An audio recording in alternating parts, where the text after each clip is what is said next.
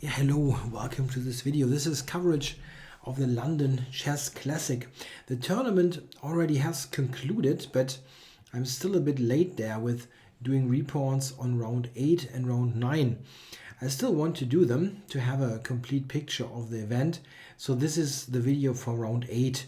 I couldn't do it any sooner. The round was played on Saturday. This is going to be published on Monday.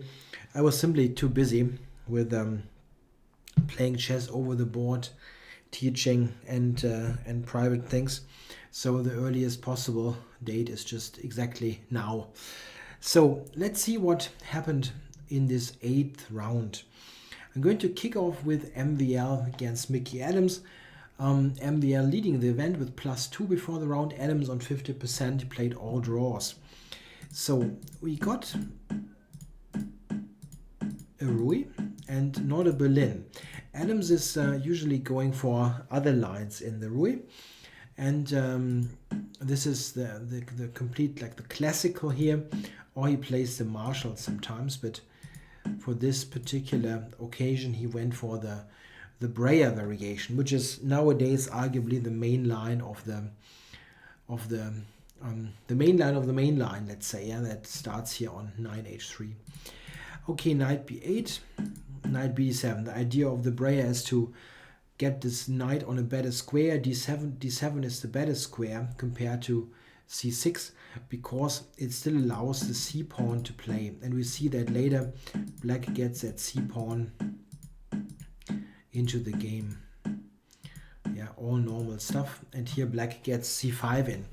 Yeah, black has fianchettoed both bishops and all pieces in play. This is a typical position for the Breyer. White probably enjoys a slight advantage due to that space that he has, but it is not a lot, and it is not easy to build up on that. After c4, black's intention is to play knight to c5, putting more pressure on e4, and also looking to control the queen side. This is also why MVR goes b4.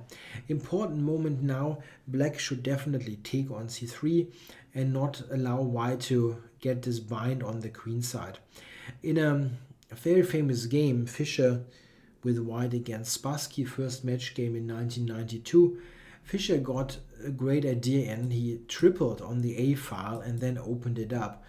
This is now avoided by Adams. He just takes that en passant and gets some play on the queen side himself. c4. Okay, so white tries to open up the queen side as much as possible, and here gets that a pawn.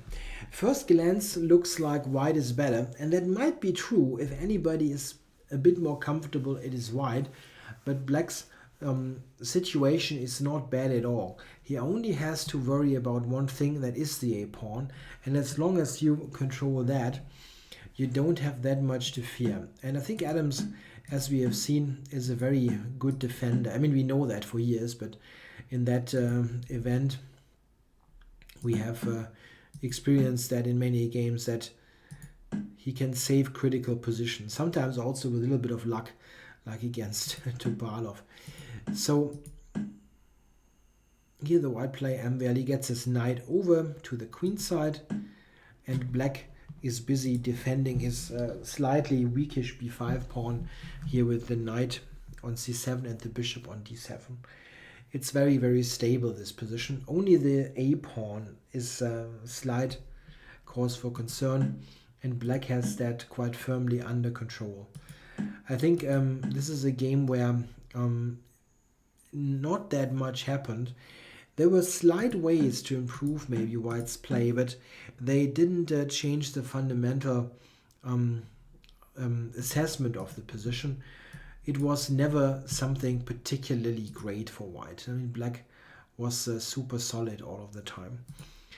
Knight a6, and this was the repetition at the end. Yeah, black has neutralized all what white had here. The a pawn is not going forward, and it is difficult for white to make any sort of progress. It's not just difficult, it's basically yeah, not much there. And we also have to see that Maxima Shelagraf's tournament situation was rather comfortable with the +2, and there was no need to get crazy there against someone like Adams, who's known as a very tenacious defender and also a great counter-attacking player if you play your hands, if you overplay your hand, let's say. Okay, let's look at the next game, and this is Grishuk Aronian. Let's see if I can pull it up. Yep, that worked. Grishuk Aronian. Yeah, both players on +1. Yeah, so interesting situation to start with. Grishuk goes for a flank opening, and this is very popular nowadays that they start with knight f3 and g3. It's kind of funny to see that as an opening I've played for years, and now we see some of that line played on top level chess. The reason why I played that quite often over the years is that it avoids mainline theory, and it often leads long term to interesting play, because there are often lines where there are no quick simplifications, so many pieces stay on the board. In this particular game, Aronian goes for that very classical setup: d5, e6, bishop e7, knight f6, quite similar to some Queen's Gambit declines position. So quickly going for castling. Now white has a basic choice. He can try for c4 and d4 for a Catalan opening. This is something that we will see in a later game. Or he can play something with c4 and b3. This is what Grishuk chooses. Or he can play with d3. That we will also see later. Yeah, so d3 would be the King's Indian attack. This will be featured in a later game, Giri Nakamura. Or white can go to a Catalan with c4 and d4, which is played by Caruana against Anand with white. So here, this is played by Grishuk, b3. This is getting the game into a Reti system. The Reti system usually has the reputation of being not very exciting, but I'm not really that sure. There are quite a couple of lines that can be rather interesting, especially if white is willing to risk something. Here in this game, Grishuk played in a somewhat, how can you call that? In a somewhat simpler way than you have to be. He took on d5. The line that I was thinking of that is indeed quite sharp starts with e3, c5, knight c3, and now possibly takes.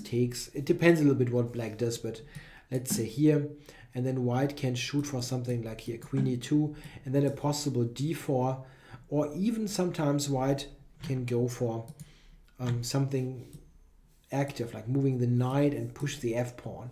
There are a couple of very sharp continuations, but Grishuk decided to just take on d5. This is, as I said, a simpler way to play, but we actually got an interesting position later, but the other continuation that I showed was a little bit more aggressive. So black got in c5 and white e4. That's an important idea, put in e4. Now black is basically forced to take, as white is threatening to play d5 and d6 on a very good day. Yeah, black does not want to allow this kind of thing to happen. That pawn is an absolute nuisance to play against. So he has to take, knight takes, and bishop to c5. Yeah, rook e2 for rook d2, pretty nice, and now a6. Yeah, queen went to b8 because it doesn't have that many great squares on the c and d file, and b8 is just not in anybody's way. That makes some sense. I think white is a little bit better here, and Grishuk, I think, plays all the standard normal looking moves, centralizing rook e1, king to h1 to prepare f4. Yeah, that is definitely on white's agenda, push the f pawn. queen a8, and here we go. F4 played, went back to g6, knight c2. This has an idea that, however, is not played in the game h5. Here I think there was a moment where Grishuk could have built upon his advantage a little bit better than he did in the game. The computer points out the possibility of going b4 here, attacking that bishop, and after bishop retreats, a3 can be played. You just keep the queen side as is and are satisfied that this bishop has been driven back. The basic white idea is now to play e5 in the near future and get the e4 square for a knight. For example, if you go like, let's say h4, e5, and now check. Just a simple line to illustrate what I'm talking about. Check. Something like that happens. I think white enjoys a slight advantage. Here rook d7 is the relatively best defense. Yeah, using the fact that this rook is hanging and you cannot take here. Let's say take, knight e4. This is the kind of position that white can play for. He's got more space and the more active king. Black is slightly boxed in. It looks like, theoretically speaking, that white has the bad bishop. It's a dark squared bishop with all pawns on dark squares. But that doesn't really matter that much because white also has much more space. And the bishop here can come to d6, to d4, for example, putting pressure on this. So white is better here. And it's not a very, exciting task to defend this with black. Grishuk played queen d1 though, which is still okay, of course. It's not bad, but I think that b4 idea was pretty good that the engine points out. Knight g4, angling for some counterplay.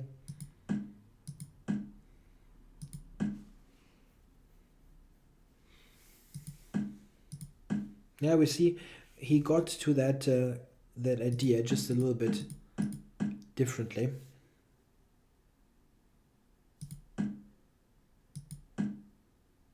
Yeah, and here we get to a key position. Knight d4, bishop b7. Yeah, and here it's a little bit unclear what Grishuk intended here with his next move. If he goes g4 now, which is the, let's say, obvious looking move, let's say, I think white still is kind of okay. There's nothing bad happening to him.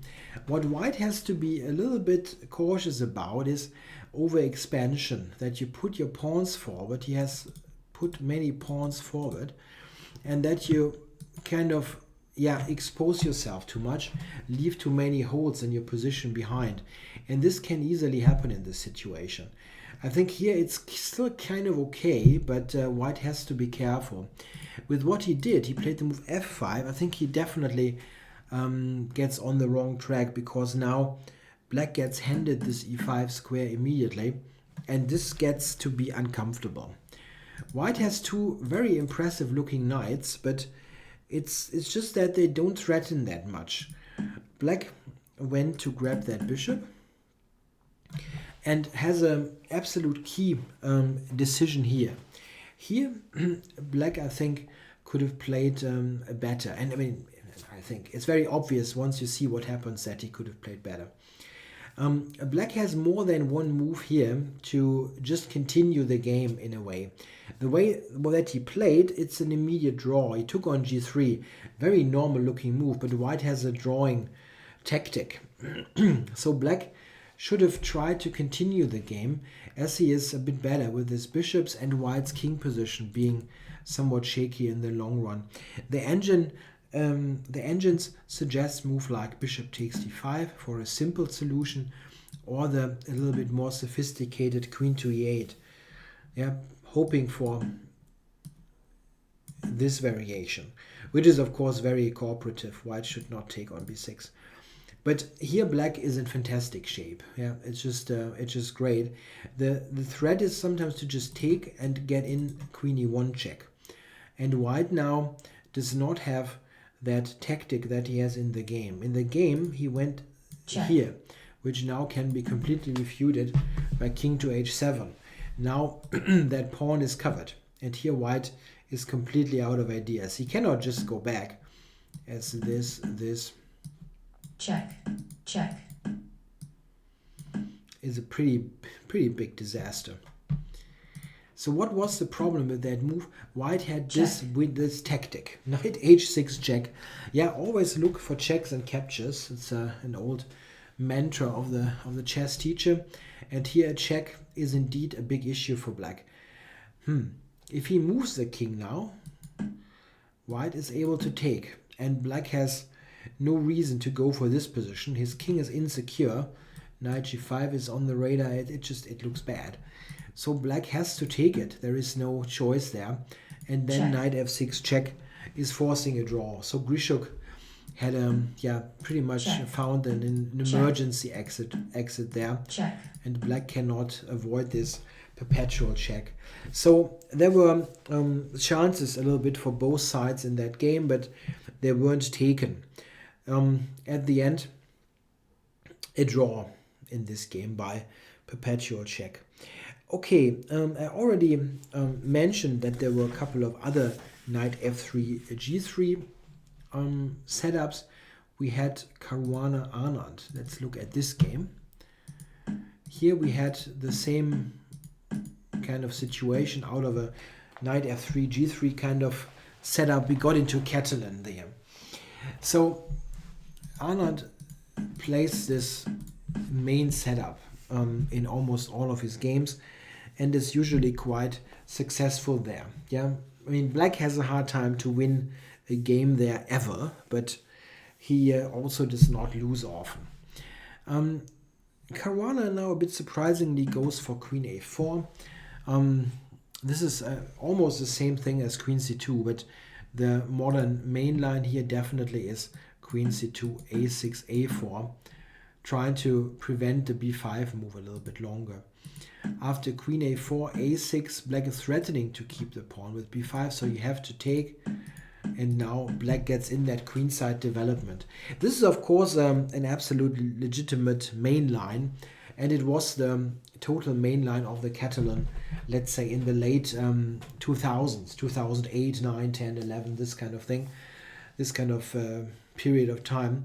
But nowadays it's almost been completely replaced by the a4 lines that I had mentioned.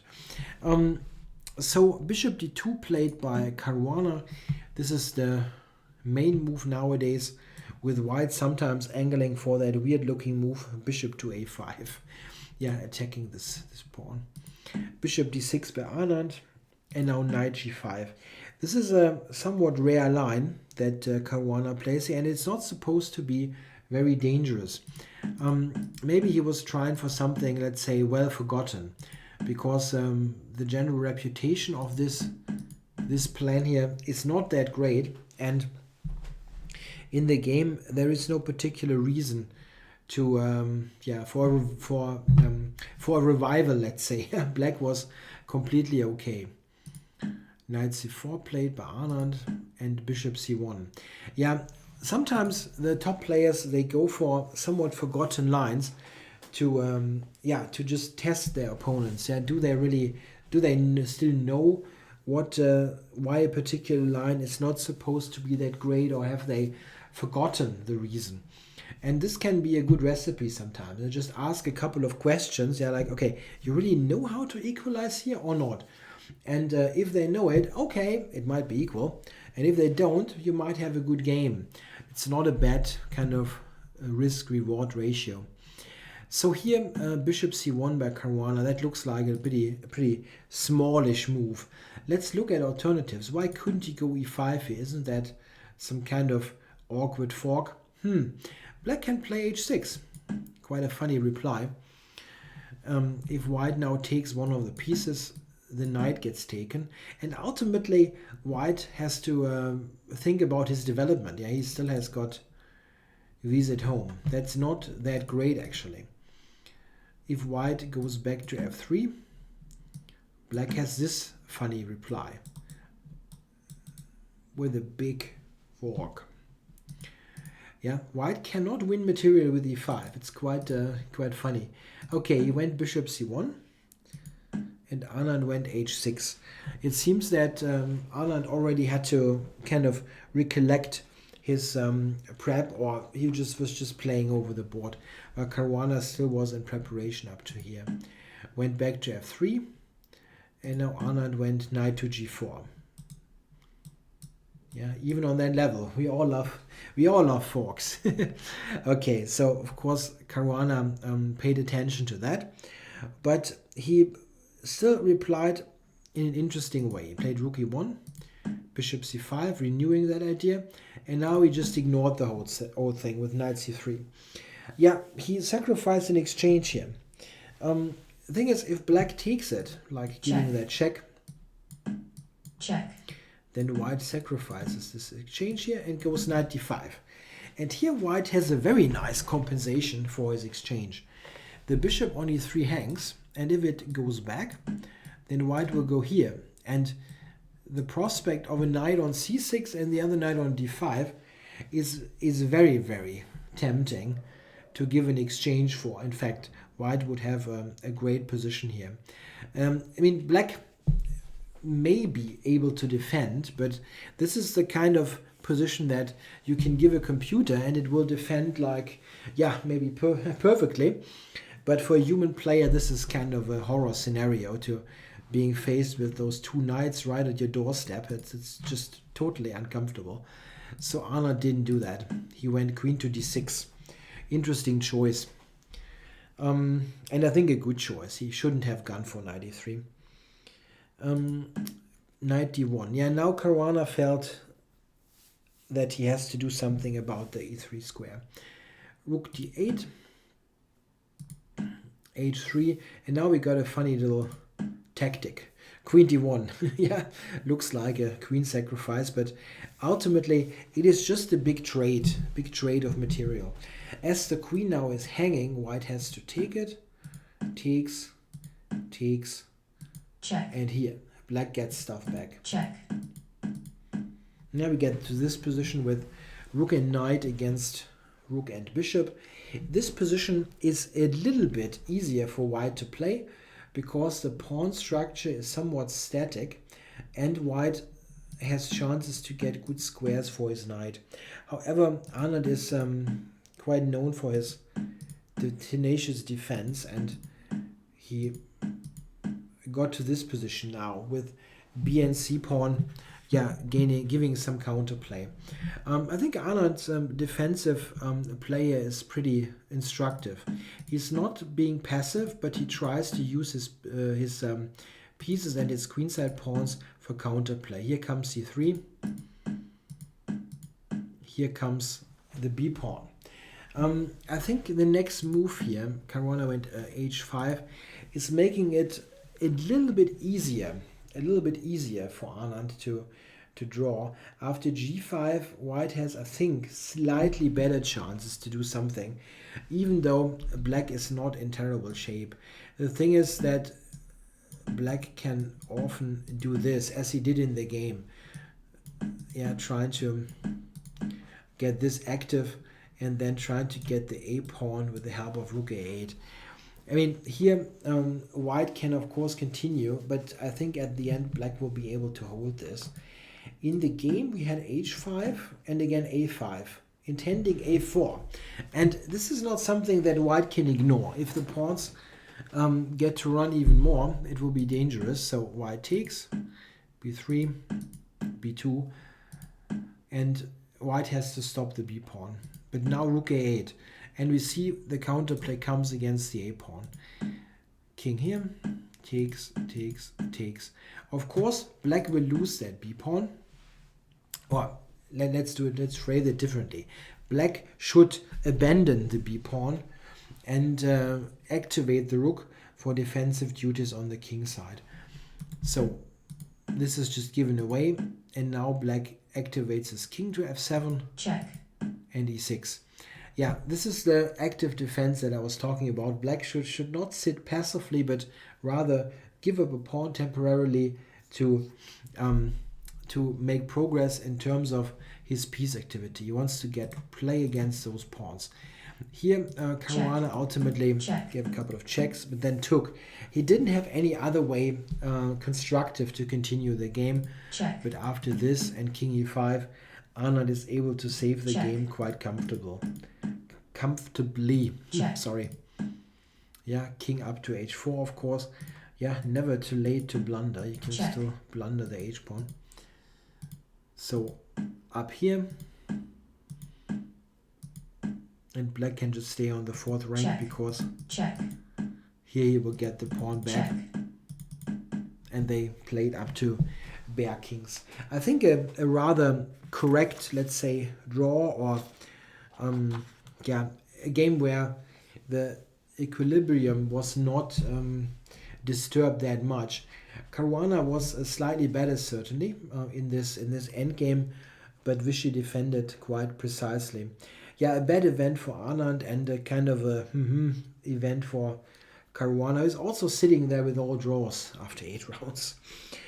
Okay, next game to look at is Topalov with white against Magnus Carlsen, the world champion. So,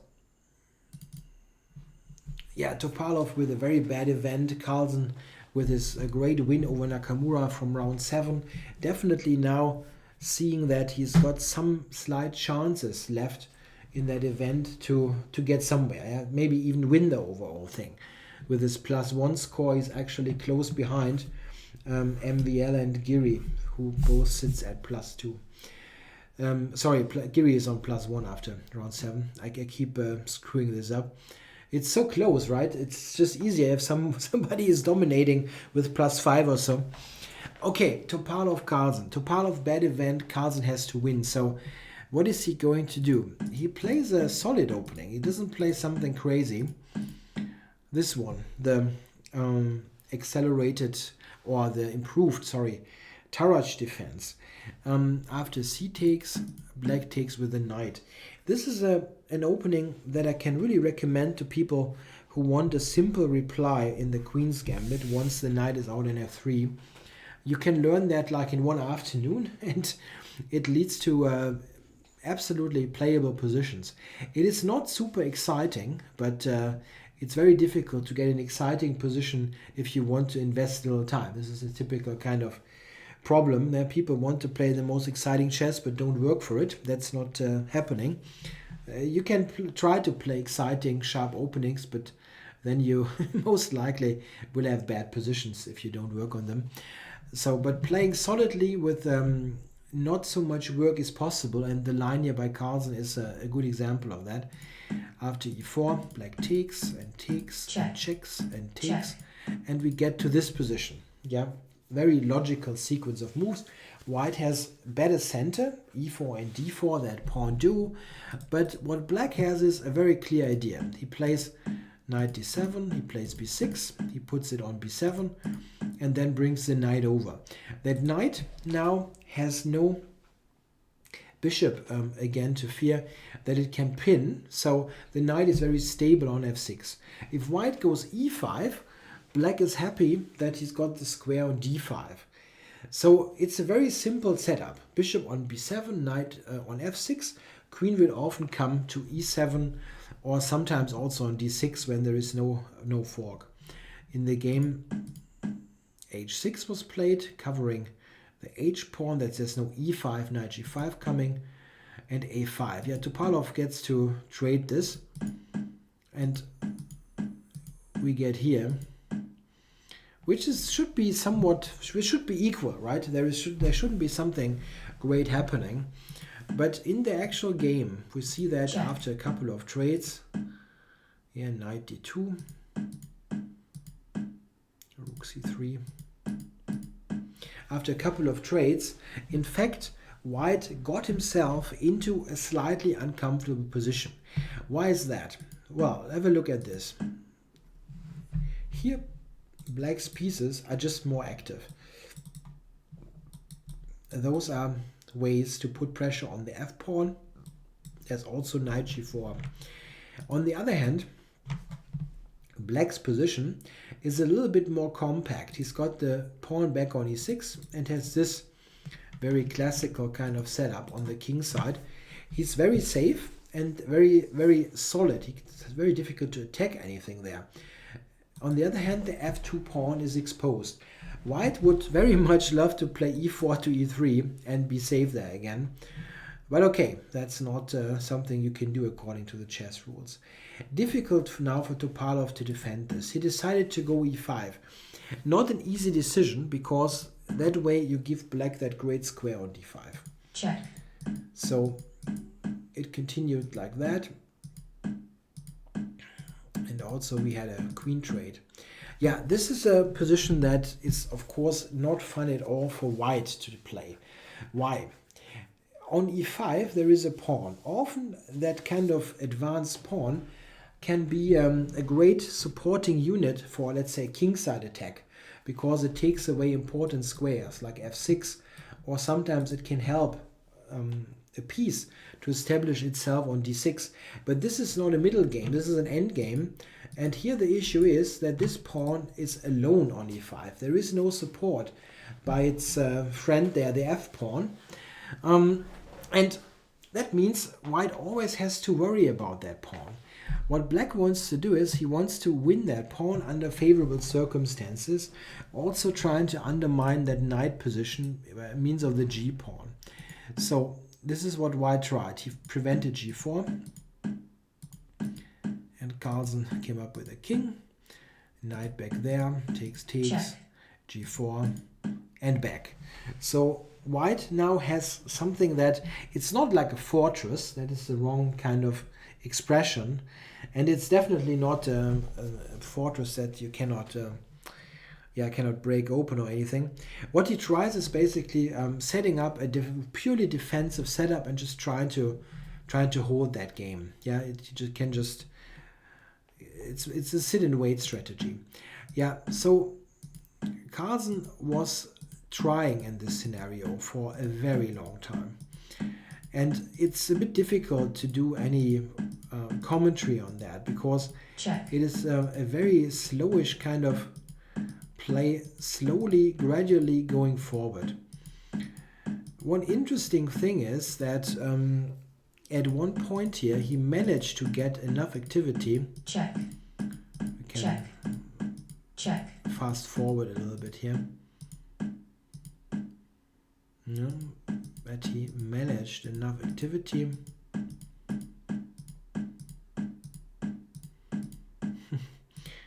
Yeah, you have to be ready to play very long games against the world champion.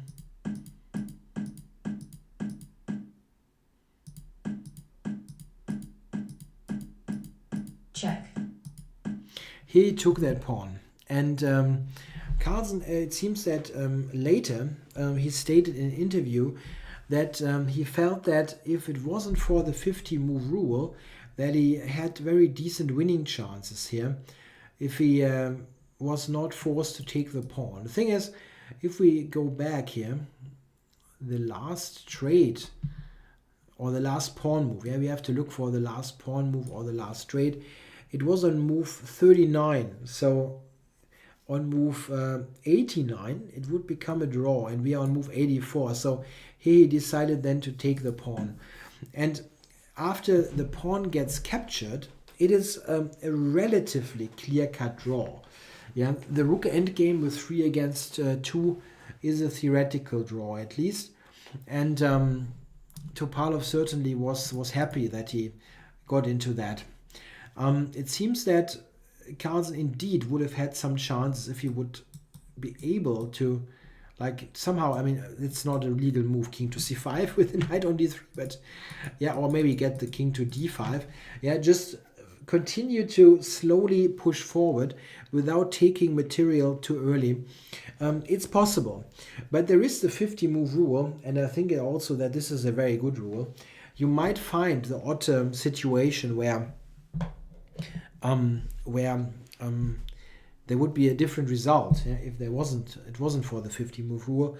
But there are so many other instances where where that rule is necessary to avoid absurdly long games. And here, I mean, this could have easily gone to move like 130 or 50 or whatever. Yeah, then you can shuffle around endlessly, yeah, until one side's clock is totally down, and it's just not something that you can seriously do, like abolish the 50 move rule. So he took that pawn and continued, of Check. course, a little bit here, but here you don't need Check. to be as technically well versed as Topalov to hold the draw. You basically just have to make sure that you don't fall out of your chair. Okay, so a draw between the tail ender and the world champion. Slightly disappointed, maybe disappointing for Carlsen, but it's, I mean, Topalov is like rated like world number 2 or 3 before the event, so even though he has a rotten event, it doesn't mean that Carlsen wins automatically against him. And well, he tried hard in that technical endgame, but didn't manage to grind out a win. Okay, so let's look at the final game of that round, of that coverage also. It is Giri Nakamura. Yeah, I already announced that we had this kind of opening here. So identical with the Grishuk Aronian game, but Giri went for d3.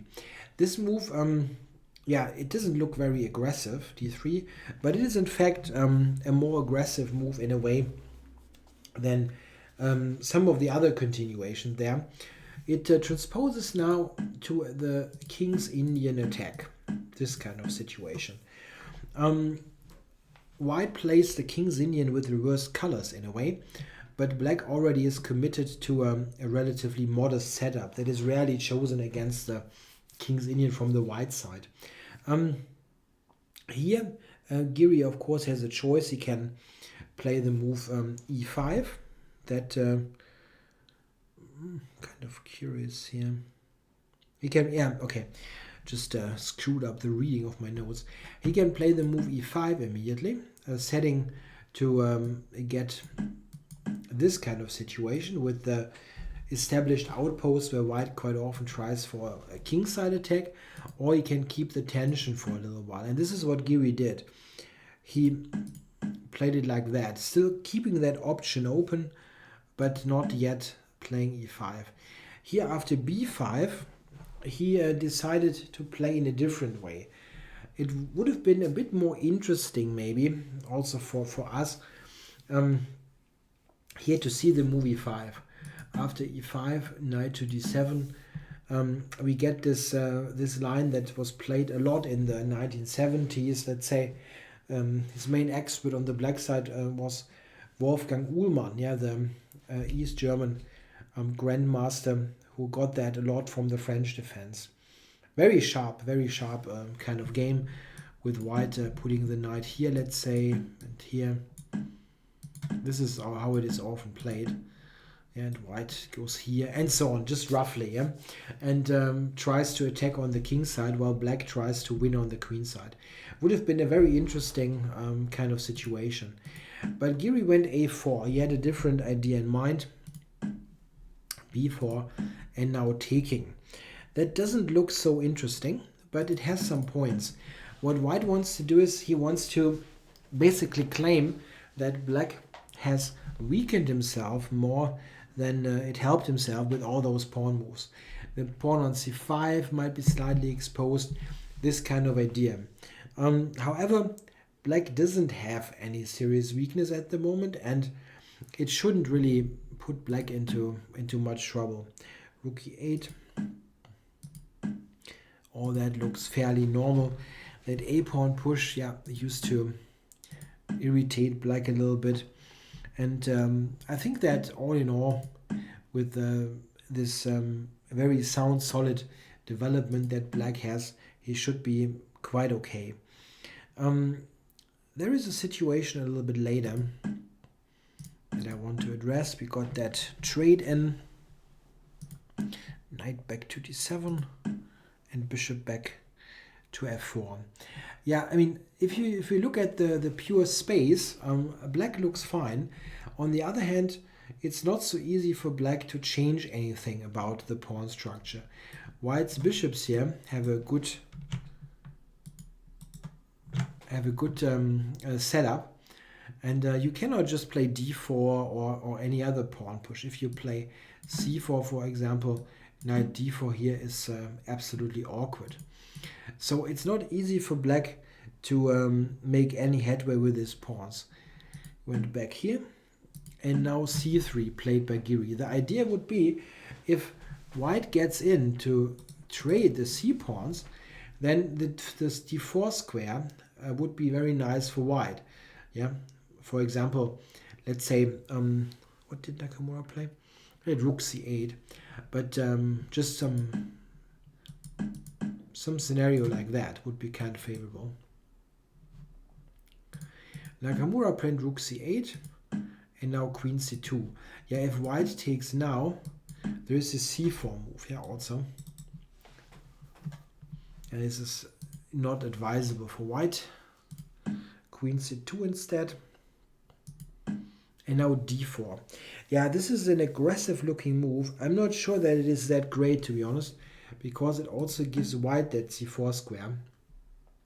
It's kind of a funny strategy. It felt a little bit also like Giri wanted to put himself into a solid, sound situation and wait what Nakamura is trying to do. I mean, he was obviously, or not obviously, but it must have been a pretty frustrating experience to lose a round 7 game after that long fight against Carlsen. And now he has to play there again with black against Giri, and maybe wanted a little bit too much from the position. I don't know. But maybe Giri's choice of position type was influenced by that idea. Yeah, now Nakamura played h6, h4, and now took on c3. Thing is that after this, I feel that white has gained a little bit more from the whole procedure. It wasn't necessary. There were a couple of interesting alternatives. For example, b3 here was possible, queen b2 and c4. Consequences are not so easy to assess, but something like knight takes, bishop takes, pawn takes, and then let's say knight c5 shouldn't be that bad. That pawn is rather dangerous after all. This is a line given by Stockfish, for example. A couple of interesting possibilities that black could have gone for.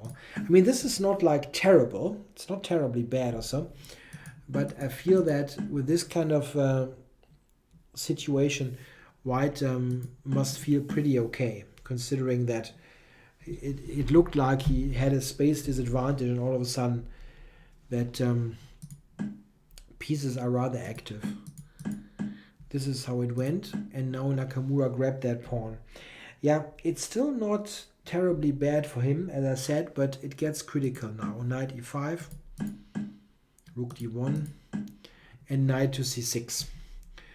Yeah, I think black still has pretty decent chances to defend, but now I think he just lost his nerves a little bit, or got too nervous or so. There are still ways to try to defend this. For example, black should probably try to take and give up the exchange here. Something like this there's still some hope for black to defend this position. It's not a lot of fun, but it's the alternative that Nakamura went for is just losing immediately. So he probably should have given the exchange there. It's basically not avoidable anymore. This is what he did. He gave the queen, for two bishops. In some cases, this is not a bad compensation. For example, if you imagine, just for argument's sake, we would have had rooks traded, and there wouldn't be any a pawns. Then I think black has very decent chances to draw this. But the way this is here, the drawing chances are basically non-existent. The main thing is that white now has queen a4, and Giri now plays this with utmost precision. Queen a4, attacking the rook.